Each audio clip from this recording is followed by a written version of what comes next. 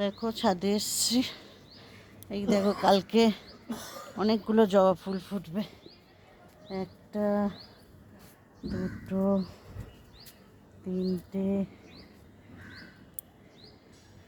আর একটা কোথায় গেল?